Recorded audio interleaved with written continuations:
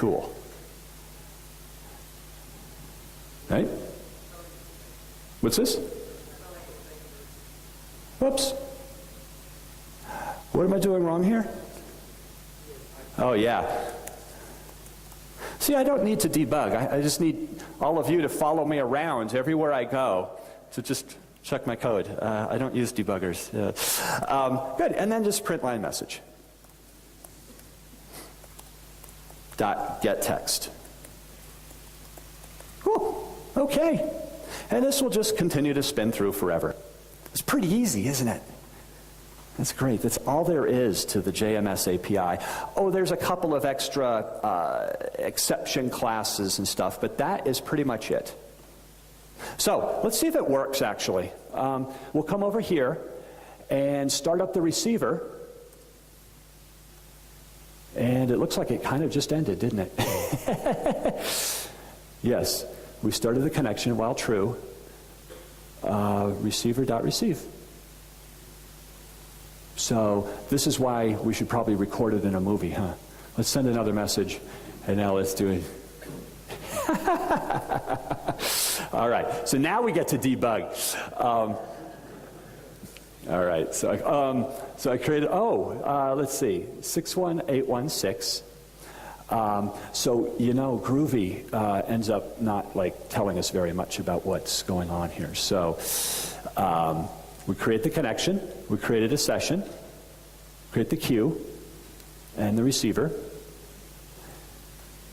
All right.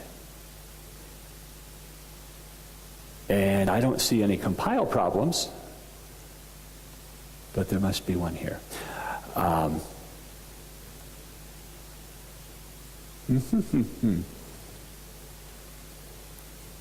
right. I hate doing this, but let's find out why it's not working.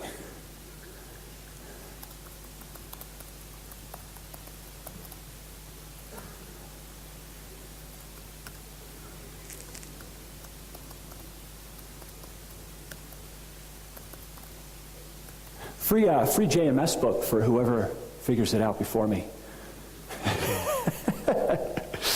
Okay. Nothing. Nothing at all. No, nope. No, it does not. Need to be public. So, and what? Oh, no, the script was fine. I actually ran it last night, but I don't remember a whole lot about last night. So, oh, I see what's going on. I found it. Sorry, no free book to anybody. I was in the wrong package. I need to be in JDD. That's what's wrong. So let's type all that over again. No, no, I'm just going to Control V. There we go. And now let's receive those messages. There we go. Hi, JDD. So now I can send it and receive it. There we go. Yeah. Oh, boy. Okay. Pretty insignificant coding. But essentially what I wanted to do was, first of all, we need the receiver for when we actually are going to start sending stuff with HTML. But also, just to kind of show you how simple messaging is. The syntax of the JMS API is very, very simple. However, design is another story. So, a couple of design considerations. The first is message persistence. Okay. So by default, every message in JMS, by default, is persistent, which means that it is stored, usually in a database, it could be a file, for every message that's sent. It actually needs to be there in order to support guaranteed delivery. Right? If a message isn't persisted, then it stays in memory. If that messaging server crashes, my message is gone. That's why it's there by default. But it's important to understand the trade-offs that are involved. And the biggest trade-off is, first, performance. As you can see on the red line here, this is a benchmark with WebSphere MQ running on Red Hat PART4 on an IBM X series 360. So as I increase the number of clients, meaning pushing messages through the system, you can notice here I can get to about 4,000 messages per second. It's the fastest I can do.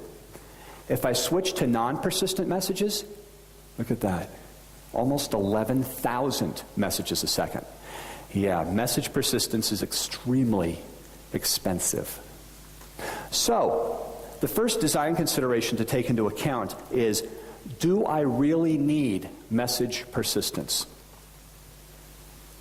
In the event that my messaging server goes down, can I afford to lose those messages? That's the question to ask.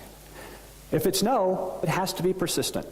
But there's a lot of messages that we make persistent that we don't need to, just because it's the default, or we don't know, gee, we can change it to non-persistent, for example.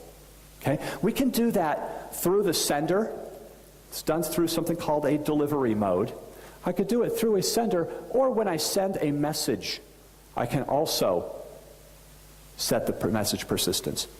So, just by doing that one setting, I have almost 2.5 times better performance in my messaging system. That's pretty significant. Okay. Another cool design that I come across quite a bit is what I call the single queue design approach. This is creating an application with just one queue. Okay. So I have book orders, for example, order status, and cancel order messages all coming in through the same exact queue. And then I have 20 listeners listening for those orders, or status, or cancels. And this delegates it, or acts as a router, to go to the order processor, the status processor, or the cancel. As a matter of fact, this might be what the code looks like for the router. It's a very common pattern. We have our on message, so this is an asynchronous listener. We grab the XML out of the text message, so you can see we're doing right here. If the type, and then we grab the type, which is our own property. If I have a new book order, then I execute this, so on and so forth, okay? So that might be what the router actually looks like. So it's a surprisingly common pattern, and there's a lot of good reasons for it too. For example, some of the advantages, well, it is very decoupled processors. Think of this, each of those processors only take in XML. That means I can test those outside of messaging. I can use those processors in any type of system. It's just a Java Pojo that takes XML. All the messaging work is being done by the router.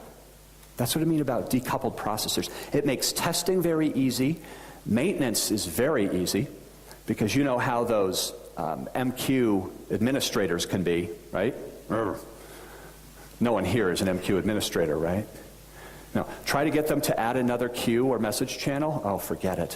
What if I needed to add another type of message? What do? I add one if statement to the router. I create my schema, create my Pojo. Boom. Nothing to do whatsoever with messaging. So it's a pretty common and very simple type of architecture. However, I maintain that it's not very good architecture. Why? Ooh, a lot of minuses. Poor load balancing, poor response time, poor concurrency. Our processors have to be Java, don't we? So we're using messaging here, but I can't really use .NET for this particular component here because it's being invoked from Java. Oh, I could add messaging in between here, and all of a sudden we get a really complicated architecture. And overall poor agility. Let me bring this back and describe exactly why all those things happen with this.